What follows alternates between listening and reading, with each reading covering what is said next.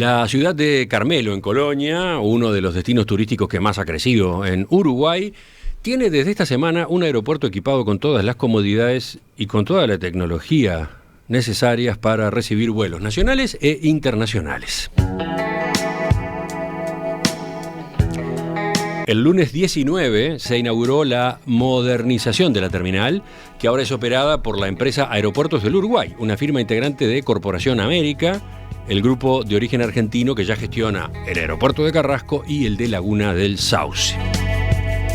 La inversión, que alcanzó los $10,5 millones, incluyó la renovación de los servicios para los pasajeros y también la infraestructura aeronáutica.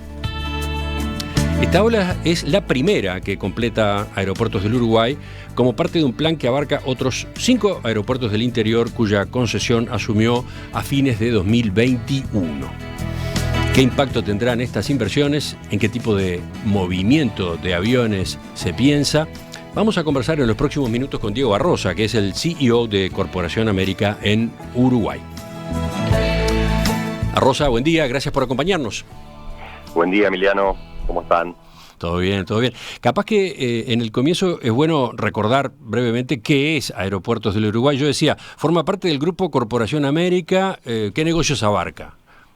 Corporación América empezó a ser una compañía pública que cotiza en la Bolsa de Nueva York desde febrero del 2018. Hoy, Corporación América Aeropuertos está en 6 países y operamos 53 aeropuertos. Ahora en Uruguay vamos a operar a partir del año que viene ya 8 aeropuertos. Y además contamos con la terminal de carga del aeropuerto de Carrasco, América Cargo City. Bueno, quedó dicho ahí Corporación América Aeropuertos. ¿Eso quiere decir que Corporación América abarca después otras líneas de negocios también? Sí, la holding que tiene su casa matriz en Argentina tiene otras unidades de negocios, como es la energía, agroindustria, pero su principal área de negocios y la cual nos ocupa en Uruguay es la aeroportuaria. Bien, entonces, desde 2003 el grupo se encarga acá de la gestión y operación del aeropuerto de Carrasco y luego del aeropuerto de Punta del Este. Y ahora, con la aprobación de la ley que creó el Sistema Nacional de Aeropuertos Internacionales, en noviembre del año pasado amplió su operativa porque asumió estas otras terminales. ¿Cómo fue, en síntesis, el acuerdo? Por un lado, el gobierno extendió por 20 años más la concesión del aeropuerto de Carrasco, que tiene que vencer en principio en 2033 y ahora llegará hasta 2053. Y por otro, le adjudicó al grupo la concesión de 6 terminales en el interior, las ya mencionadas, Carmelo, Paysandú, Salto, Melo, Durazno y Rivera, que regirá también hasta 2053, ¿verdad? Exacto. Bien. ¿Cómo se llegó a esa fórmula? Bueno, como bien dijiste, a partir del año 2018, el gobierno de Tabaré Vázquez, ministro de Transporte Víctor Rossi, vio la necesidad de invertir en la infraestructura aeroportuaria del interior. Y ahí contrató una consultora en ese momento, a la OASI, y donde ésta le trajo el modelo que se usa en muchas partes del mundo, que se llama de subsidios cruzados o de redes aeroportuarias, donde es un modelo donde se le da o aeropuertos superavitarios se hacen cargo de los aeropuertos con menos ingresos. Y ese fue el caso. Hicieron un proyecto de ley para crear el Sistema Nacional de Aeropuertos Internacionales y el último día de gobierno de Tabaré Vázquez envió el proyecto de ley a la Cámara de Representantes y este gobierno tomó ese proyecto, lo reformuló, lo cambió y se aprobó a fines del año 2020. Y bueno, y eso sucedió en lo que hoy estamos.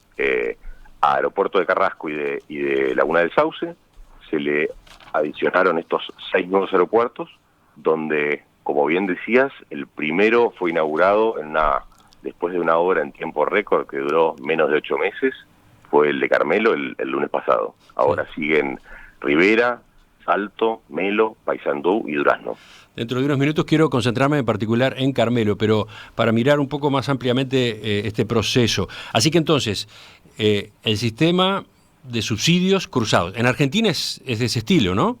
En Argentina es de ese estilo, es parecido, pero en muchísimas partes del mundo. Sí. En Europa es muy usado, en Asia, en África se está empezando a desarrollar. ya te digo, es un modelo que tiene mucho sentido, ¿no? Antes, ¿por qué Uruguay había concesionado un aeropuerto que tenía, digamos, superávit y tenía que hacerse cargo de los que no? Y este modelo lleva a eso. Eso quiere decir que la concesión de Carrasco y Punta del Este subsidiará la operativa de los otros 6 aeropuertos que se perfilan como deficitarios. No deficitarios, sino hay que hacer la inversión y después en el mediano y corto plazo, y esa es nuestra vocación. Vamos a buscar desarrollar y que, digamos, agregarle otros negocios y que eso genere, digamos, cosas positivas. Pero en el corto plazo es como el huevo de la gallina. Hay que hacer la inversión y luego hay que empezar a trabajar con todas las operaciones regionales o los operadores regionales para lograr que se transformen en superavitarios. Y la fórmula está entonces con la ampliación de la concesión en Carrasco. Pero casualmente además esa fórmula se alcanza en un contexto distinto al que se había previsto en el gobierno Vázquez, ¿no? Porque en el medio estuvo la pandemia. Y esa pandemia implicó que los aeropuertos en todo el mundo, pero en especial Carrasco y Punta del Este, sufrieran pérdidas enormes por la caída del turismo, por la cancelación de líneas aéreas.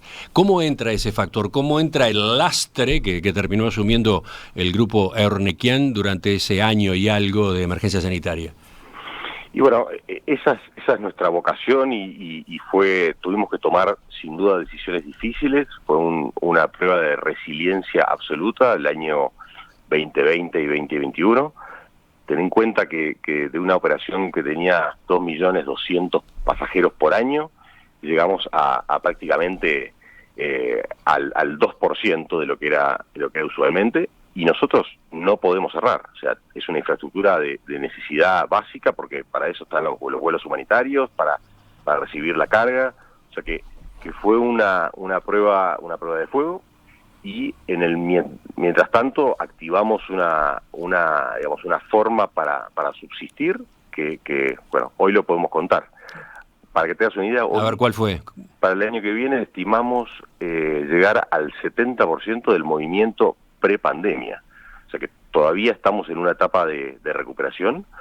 La terminal de cargas fue algo muy bueno que nos dio aire durante toda la pandemia, donde también pudimos capitalizar toda la inversión que habíamos hecho en los años previos para poder recibir todo lo que eran las farmacéuticas y todo lo que fue las vacunas, y hoy por hoy podemos decir que fue un éxito. Hoy estamos, por ejemplo, distribuyendo vacunas de Glaxo para toda la región desde la terminal de cargas o Latin America Cargo City, y eso fue por haber trabajado y preparado nuestra infraestructura previo a la pandemia. O sea, el negocio de la terminal de carga pasó al frente y pasó a cubrir una parte de las pérdidas de la otra parte, la de los vuelos aéreos comerciales. Sí, se puede decir que sí, se puede decir que sí, tal cual. Pero no forma parte de la ampliación de la concesión de Carrasco la idea de compensar, cancelar una parte de las pérdidas. ¿Eso no está incluido en el negocio? No, te diría que no directamente. O sea, nosotros estamos asumiendo una inversión como en estos 6 nuevos aeropuertos, un mantenimiento, porque hay que mantener las estructuras operativas de estos aeropuertos, que más o menos se estiman en $300 millones de acá al 2053, y para eso fue la extensión del aeropuerto de Carrasco. Justamente es una ecuación donde hubo mucha negociación entre los ministerios de Economía, técnicos y demás, donde exigieron una inversión en infraestructura determinada y se dio ese plazo adicional para soportar todo esto. ¿Y el aeropuerto de Laguna del Sauce no tiene ampliación de la concesión? ¿Por qué? Porque es un contrato separado. Nosotros adquirimos ese aeropuerto en el año 2008 y ya digo, son negociaciones independientes. Ahí está, el aeropuerto de Punta del Este había inaugurado la concesión en 1991, ¿no? Sí. El grupo Aernequian la compra en el año 2008. Y para esa concesión entonces no era necesaria ampliación. Hay inversiones por separado, se había extendido en el año 2018, 2019, y ahora estamos en proceso de agregarle más inversión al aeropuerto de Punta del Este, pero integra el sistema aeroportuario, el Sistema Nacional de Aeropuertos Internacionales, pero son sociedades independientes. Uh-huh. ¿Qué tipo de movimiento tendrán los aeropuertos del interior que forman parte de este sistema a cuya concesión accede el grupo? ¿Qué pasará con vuelos internacionales y vuelos nacionales? ¿Cómo será la proporción de uno y otro, por ejemplo? Yo lo dividiría en dos partes. Tenemos Rivera y Salto, los que están más alejados de la capital, que nosotros entendemos que tiene un potencial de desarrollo, además de la aviación privada, de aviación comercial. Una vez que estén las infraestructuras y esté el servicio implementado, vamos a poder, y estamos en conversaciones con operadores aéreos para conectar, por ejemplo, Rivera con ciudades del sur de Brasil y Montevideo, Salto lo mismo con Argentina y Paraguay. O sea, esos dos aeropuertos tiene mucho sentido que tengan frecuencias semanales. Si miramos también los movimientos que hay... Cuando dice frecuencias semanales, ¿qué quiere decir? Frecuencias regulares de compañías aéreas que puedan hacer Montevideo-Rivera, Rivera-Porto Alegre, por ejemplo. Uh-huh. Montevideo-Salto, ciudades del interior de Argentina y de Asunción, por ejemplo. Desarrollar, o que se pueda desarrollar mucho más, todo lo que es el turismo de las termas. Rivera tenés el turismo de todo lo que es el turismo de compras, tenés más de 6 millones de habitantes del lado de Brasil en un radio de 300 kilómetros de Rivera. O sea, tiene mucha lógica. Estamos hablando con el gobierno, o el gobierno uruguayo está hablando con el gobierno de Brasil para implementar el aeropuerto de Rivera en un aeropuerto binacional. Es un viejo sueño ese. Es un viejo sueño, pero siempre decimos, una de las trabas para lograr eso era la infraestructura. Ahora eso ya no va a estar más. Uh-huh. O sea, el aeropuerto de Rivera con carácter binacional y operando efectivamente para los dos lados de la frontera, para las necesidades de los dos lados de la frontera. Exacto. Pero entonces ustedes tienen una aproximación de cuánto del movimiento sería internacional, cuánto sería nacional. Sí, tenemos diferentes escenarios. ¿Cada aeropuerto es distinto? Cada aeropuerto es distinto, te decía, lo dividimos en dos. Rivera y Salto es eso que te comentaba. Después tenemos el aeropuerto de Melo, que si vos lo ves geográficamente es una puerta de entrada para la aviación general y comercial, pero la aviación general o privada, al Uruguay. Entonces hoy que ya lo estamos operando, se está generando hay un movimiento de aviación privada que viene de Brasil, hace migraciones y todos los servicios que tiene que hacer para ingresar al país, y sigue a pistas privadas o no en el Uruguay. Lo mismo el aeropuerto de Carmelo para Argentina, es una puerta de entrada para la aviación general privada de Argentina.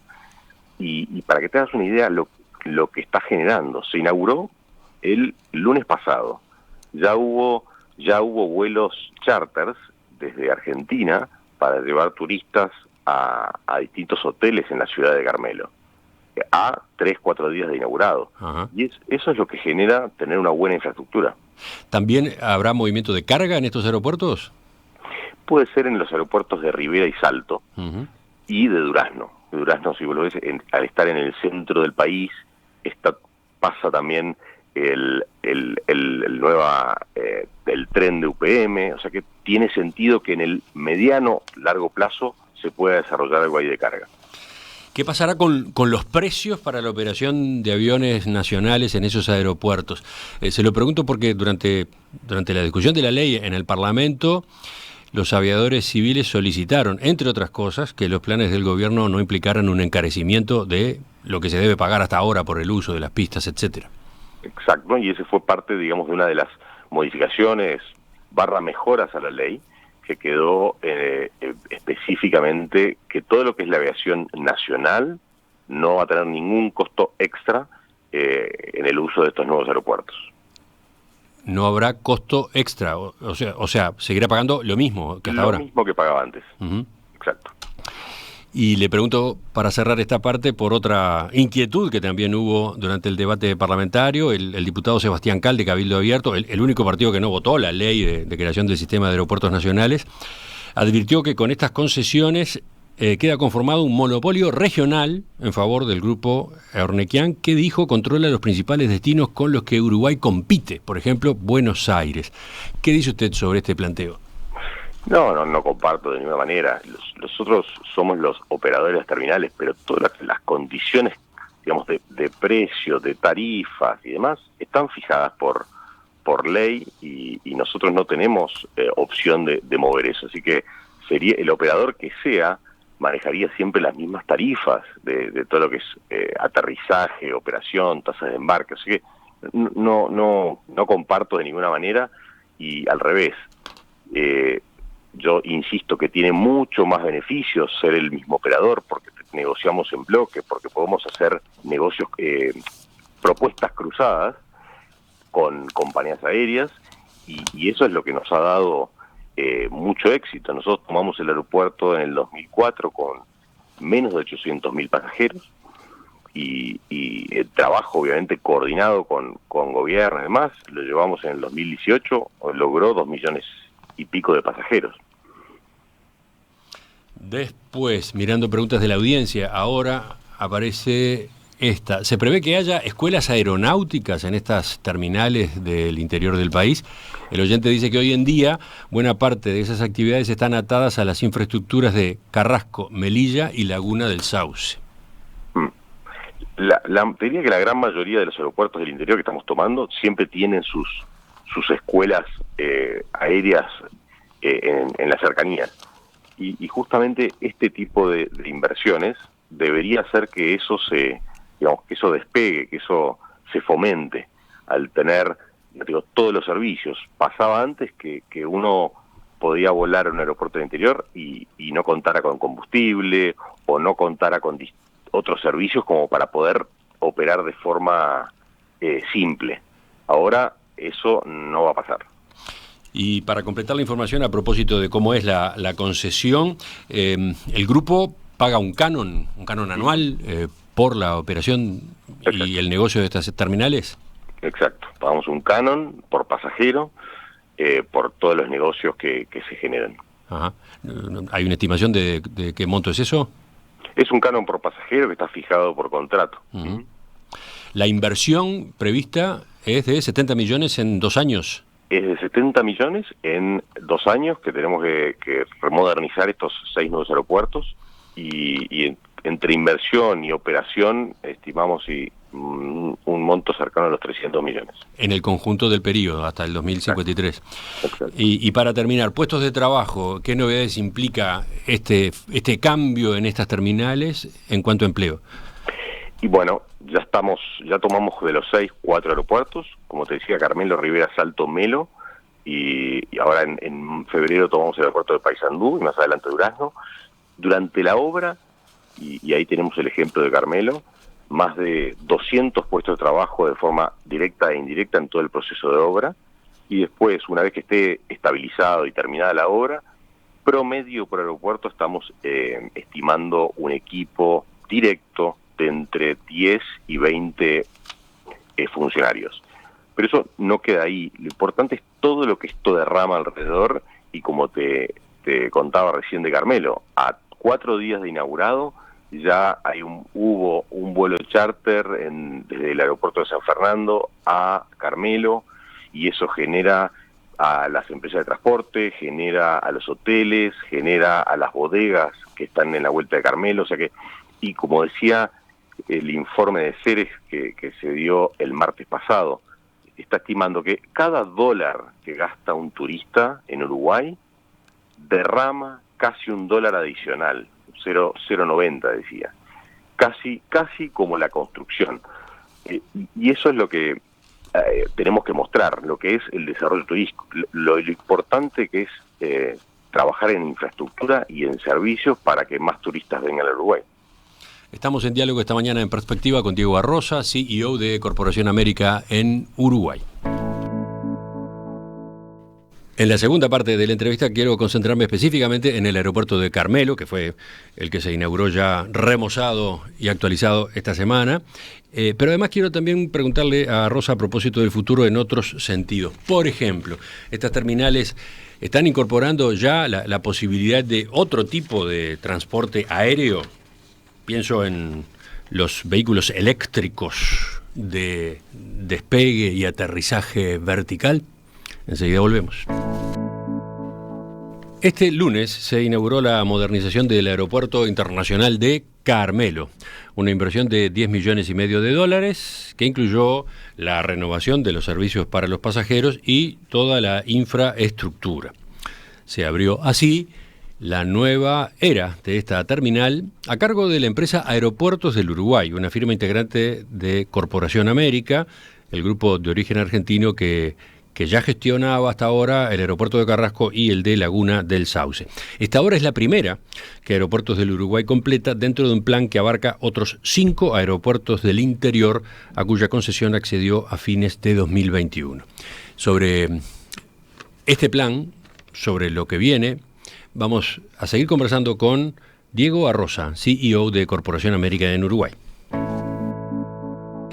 Arrosa, en primer término, ¿por qué se inició? ¿Por qué este plan de obras en estos 6 aeropuertos se inició en Carmelo, con el aeropuerto de Carmelo? ¿Qué importancia estratégica tiene? El orden, la verdad que se fijó junto al gobierno. Entendimos que el aeropuerto de Carmelo, cuando operó internacionalmente, que fue hace cerca de 8 años, tenía un gran flujo de aviación privada.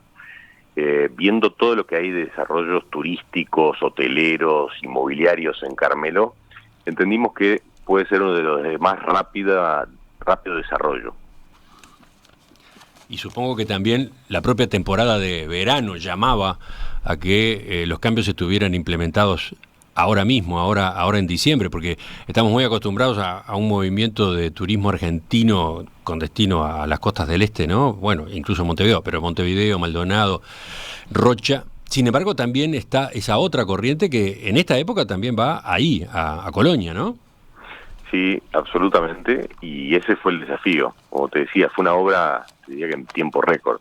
La piedra fundacional se puso en marzo, pero las obras empezaron al mes, o sea que en menos de 8 meses levantamos ese aeropuerto que era el que menos infraestructura tenía. Tenía casi una pista de pasto y una terminal muy pequeña, y tuvimos que hacer todo, una pista de casi 1.200 metros, una terminal de cerca de 800 metros cuadrados, y todo lo que es la tecnología, que muchas veces es lo que no se ve, pero es lo que más inversión y trabajo conlleva.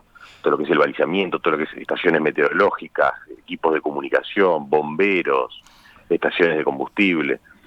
La verdad que fue muy bueno todo lo que se pudo desarrollar en tan poco tiempo. El proyecto estuvo a cargo del estudio Gómez Platero Arquitectos. ¿Qué destaca usted de la terminal de pasajeros en particular? La estamos viendo ahora, estamos colocando imágenes en nuestra emisión en video en este instante. Es un aeropuerto que la verdad que quedó estéticamente muy lindo y funcional, muy bueno. Es un aeropuerto para vuelos privados y poca cantidad de pasajeros en cuanto a volumen, porque es una pista que puede admitir aviones de hasta 20 pasajeros. Entonces hay que pensarlo distinto, y ahí te lo ato a lo que decías vos al cierre del bloque anterior. Esta terminal tiene mucho potencial para todo lo que es el futuro de la movilidad que se viene, como decías tú, de los eVTOLs o vehículos eléctricos de despegue vertical, que sin duda eso va a revolucionar la movilidad aérea. Ahora le pregunto un poco más sobre eso, pero la terminal entonces está pronta, la terminal de pasajeros, la extensión y pavimentación de la pista, toda esa infraestructura técnica que ya mencionó. Falta una segunda etapa, ¿no? Esta fue la fase 1, que es te diría que el 80%, queda estacionamiento y todo lo que es la parte de accesos, que como son tierras que todavía están en proceso de expropiación y demás, no se llegó en esta fase, pero calculamos que en marzo o abril ya poder cerrar con completar la inversión de Carmelo. Algo quedó dicho al pasar allí, pero ¿qué tipo de aviones pueden operar en una pista como esta? Lo planteo sobre todo pensando en el público no especializado, ¿no? Es una pista de 1.200 metros, 1.190 metros, y la categoría de aviones que digamos que pueden operar en este tipo de pistas es de hasta 20 pasajeros. Son aviones aviones, yo digo, tipo avión jet, tipo avión turbohélice, pero es la clase de aviones que, digamos, para que se entienda, ¿no? Entre 4 a 20 pasajeros. ¿Hay aerolíneas interesadas en operar en el aeropuerto de Carmelo también?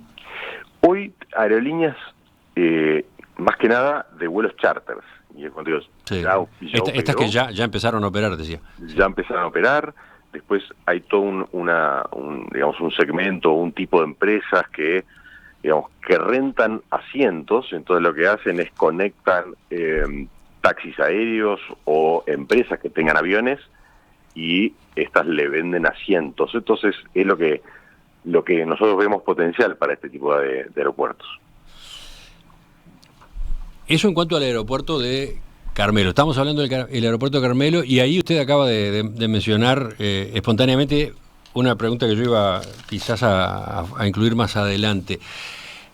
Yo le preguntaba qué tipo de aviones, qué tipo de naves. Usted ya contestó la pregunta, pero también está la posibilidad de dar cabida a naves que ahora todavía no existen, o mejor dicho, que están en la etapa piloto, en la etapa de desarrollo. ¿Qué pasa con los vehículos eléctricos, por ejemplo? ¿Cómo están contemplados? Están contemplados en todo lo que es la infraestructura y conexión y demás. Como bien decías, esta industria, para que tengas una idea, hoy hay más de 200 modelos o prototipos que están en etapa de, algunos de certificación. La gran mayoría de las compañías productoras de aviones están con estas iniciativas y otras tantas, pero se estima que para el 2024, 2025 ya podamos ver este tipo de aeronaves. Acá en la emisión en video hemos puesto una imagen de uno de esos modelos. eVTOLs, les dijimos, eso quiere decir vehículos eléctricos de despegue y aterrizaje vertical, ¿no? Exacto. Para que la gente entienda, son como unos drones, pero que puedan soportar pasajeros. Drones grandotes. Exactamente. Una mezcla rara de avión y helicóptero, yo no sé cómo seguir describiendo. Exactamente, pero la particularidad es que son 100% eléctricos, con un rango de autonomía que van desde los 100 kilómetros a los 250, ideales para grandes ciudades, y la particularidad es que se estima que con un costo de operación de menos de la mitad o la mitad que un helicóptero. Esto es lo que se está pensando para grandes ciudades. Nosotros vemos potencial también para conectar Carmelo con Buenos Aires, que son 10 o 15 minutos de vuelo. Sí, supongo que será, teniendo en cuenta el tipo de público que se mueve entre las dos ciudades, será, cuando estén disponibles estos vehículos, será una opción para ese tráfico, ¿no? Sí, creemos que sí. ¿Y cómo está prevista esa operativa en una terminal como la de Carmelo? Físicamente, ¿qué implica? Bueno, nosotros como Corporación América firmamos ya algunos memorandos de entendimiento con estas compañías, con Embraer, por ejemplo, y con Skyports, que es otra compañía que está trabajando en este proyecto, justamente para poder, en todo lo que son nuestras desarrollos e inversiones, ya contemplar este tipo de aeronaves, desde el punto de vista de infraestructura, en tierra, pero también ir trabajando en todo lo que requiere de todo lo que son las rutas aéreas, ¿no? Que eso es algo que no se ven, pero es lo que tenemos que ir trabajando con los organismos y autoridades locales. ¿Cómo es eso? Y bueno, todo esto va a requerir los caminos, las rutas que no se ven, y eso requiere toda una modernización de la infraestructura que no se ve, de la aérea. Y ahí estamos trabajando también con las autoridades locales. Pero en cuanto al aterrizaje y al despegue, ¿suben y bajan en la misma pista que ya existe hoy? Exactamente, en la misma pista. Como es un helicóptero, te diría. Sí. Después hay que prever conectividad, porque esto va a haber que cargarlos y con determinadas características de capacidad, y las terminales tienen que ser muy simples de operar, muy simples para el pasajero, tiene que ser de rápido acceso, van a ser vuelos de 15 minutos, uno no puede pasarse después media hora, 40 minutos haciendo trámites. Entonces, en eso estamos trabajando con las compañías para que sea un flujo muy, muy simple. Uh-huh. Después, me gustaría que avanzáramos con los otros aeropuertos, algo ya quedó dicho en la primera parte. El año próximo se inician las obras en Rivera y Salto, ¿verdad? Rivera, primer trimestre, y segundo trimestre, Salto. De nuevo, ¿por qué el orden es ese? ¿Por qué se va ahora a esas dos terminales? Porque, como te decía también al principio, estimamos que Rivera y Salto tienen rápida... van a tener buena repercusión a nivel de aviación comercial, además de la privada, cuando tengamos infraestructura. En paralelo, Rivera estamos, junto a las autoridades locales, trabajando con las autoridades de Brasil para transformarlo en un aeropuerto binacional. Como bien decías, es una idea que tiene mucho tiempo, pero requería la infraestructura, eso ya va a estar. Y lo mismo Salto. Hay muchos operadores locales desde el punto de vista turístico de las termas, y también desde el punto de vista empresarial que están demandando una frecuencia con la capital. Y si vos ves todo lo que hay de movimiento de pasajeros anuales en buses, en ómnibus, o sea, tomando un mínimo porcentaje de eso, ya hay un mercado para desarrollar. ¿Y por qué no Paysandú? O mejor dicho, ¿por qué Paysandú viene después? ¿Cuál es la diferencia con Paysandú? ¿Qué papel jugará Paysandú en esta red de aeropuertos del interior? Bueno, a ver, la verdad que eso también lo vamos a ver una vez que esto esté desarrollado. La lógica de esta red de aeropuertos es que haya un aeropuerto con esta infraestructura y con estos servicios a menos de 200 kilómetros. Si vos ves el mapa del Uruguay y cómo quedaron definidos los aeropuertos, esa es la lógica. Uh-huh. Después, lo que se desarrolle en estos aeropuertos, lo vamos a ir viendo, como te decía, en este segundo segmento, como es Paysandú, como es Melo y Durazno. Eso va a ser parte de nuestro desafío, cómo agregarle más movimiento a cada uno de ellos. Una duda al pasar, ¿por qué en la red, en este sistema, en esta concesión, no ingresaron Melilla ni el Jahuel? Melilla en Montevideo, el Jahuel en Maldonado. Melilla, porque es un aeropuerto muy, todo lo que es la aviación privada no tenía sentido, y así también quedó especificado en la ley. Jahuel es un aeropuerto que tiene una pista muy chiquita y también no tiene lógica de transformarlo en internacional teniendo a Laguna del Sauce tan cerca.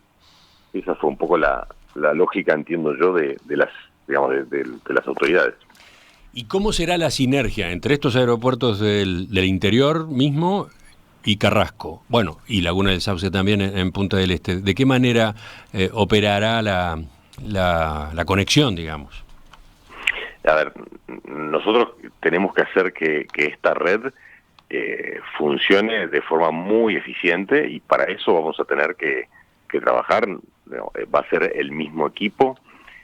Tenemos que tener servicios las 24 horas para darle, para que esto se mueva y esto funcione. Así que en la sinergia tenemos todos los equipos corporativos que le van a dar servicio al resto de los aeropuertos. Sinergias por todos lados. Pero se supone que los vuelos van a tocar Montevideo o Punta del Este junto con esos aeropuertos del interior. No necesariamente. Estos aeropuertos van a ser 100% internacionales. Sinergia desde el punto de vista operativo, pero no desde el punto de vista comercial. Puede haber, sí, en paquetes que a compañías aéreas les interese, como puede ser una que estamos hablando, que le interesaría hacer, por ejemplo, Porto Alegre, Rivera, Montevideo. Y ahí puede haber sinergias desde el punto de vista comercial para ofrecer incentivos que estas compañías se vean le vean el atractivo. Ajá, sí, a eso iba con la pregunta, sí. Sinergia comercial, sinergia desde el punto de vista comercial. Bien, y para terminar, hay una pregunta que aparece en varios mensajes de oyentes, por ejemplo este de Rubén. Teniendo en cuenta que los episodios de niebla son cada vez más frecuentes, ¿estos nuevos aeropuertos podrán ser alternativos para Carrasco? ¿O está pensado mejorar las ayudas a la navegación en Carrasco mismo? Sí, en las dos preguntas, parte de esta inversión que estamos asumiendo, y eso va a ser la que viene, en Durazno, que tiene una pista que puede soportar vuelos alternativos, estamos instalando un ILS y un radar nuevo, así que eso va a ayudar a que Durazno sea un aeropuerto alternativo de Carrasco. Acaba de manejar una sigla que los oyentes seguramente no dominan. ¿ILS? Sí. Es un sistema para que las aeronaves puedan bajar con niebla. Para que puedan operar siempre, digamos. Sí, hay diferentes categorías de ILS. Digamos, la mejor categoría, que es la categoría 3, que para que se hagan una idea es la que tiene el aeropuerto de Londres. Aterrizás con 0 visibilidad. El que estamos instalando en Durazno va a ser un ILS categoría 1, que tiene que tener una visibilidad mínima de 500 metros y demás, pero no es 0-0. Pero 0-0 en Durazno, te diría que son muy pocos los días en el año que pueda llegar a haber ese tipo de niebla. Entonces, esa infraestructura se instala en Durazno como parte de las inversiones del Grupo Corporación América. Exacto. ¿Y entonces? Y sí puede ser un aeropuerto alternativo.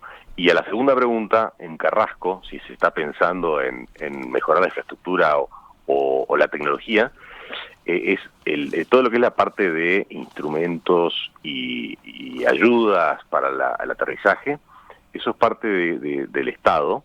Nosotros estamos hablando ahora con el Estado para ver o de buscar alternativas para solucionar y mejorar toda la parte de infraestructura de tecnología para que se puedan soportar aterrizajes con menos visibilidad.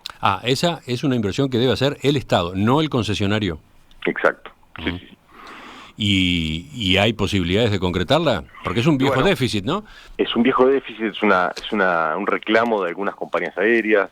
Y supongo que en este momento en el que está tratando de recomponerse la conectividad, de volver a tener el flujo, la serie de líneas que existían antes de la pandemia, poner sobre la mesa esta tecnología, que exista esta tecnología, debería ser un gancho, ¿no? Es un gancho, es una mejor, sin duda, que desde el punto de vista de competitividad mejora muchísimo, es una inversión importante, estamos hablando de cercano a los 18 o 20 millones de dólares, pero bueno, ya te digo, nosotros estamos viendo cómo ayudar a que esto suceda. ¿Estima entonces que esto puede ser algo que se concrete a corto plazo? Puede ser, las autoridades están muy activas en esto. El ministro de Turismo habló de esto a mitad de año, cuando estuvo de visita, si mal no recuerdo, en Panamá con la compañía Copa, que fue uno de los reclamos. Está en la agenda y como algo prioritario para el gobierno, como así todo lo que es fomentar la conectividad y mejorar los incentivos. Hoy más temprano veía también una nota del ministro de Turismo que hablaba de eso, de que están evaluando distintos tipos de incentivos para atraer más conectividad. Uh-huh. En línea con lo que te decía antes, ¿no? Lo que derrama un turista acá es casi igual de lo que derrama la construcción, para que te hagas una idea. Y en el final, sobre el futuro, ya que estamos hablando del futuro, ya que apareció el futuro incluso a propósito de vehículos eléctricos de transporte aéreo, ¿qué más? ¿Hay algún otro plan que tenga Corporación América acá en Uruguay?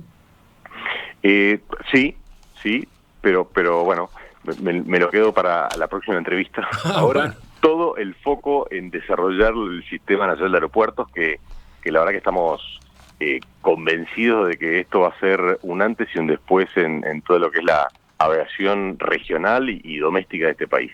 Diego Arroza, CEO de Corporación América en Uruguay, le agradezco su participación esta mañana en Perspectiva.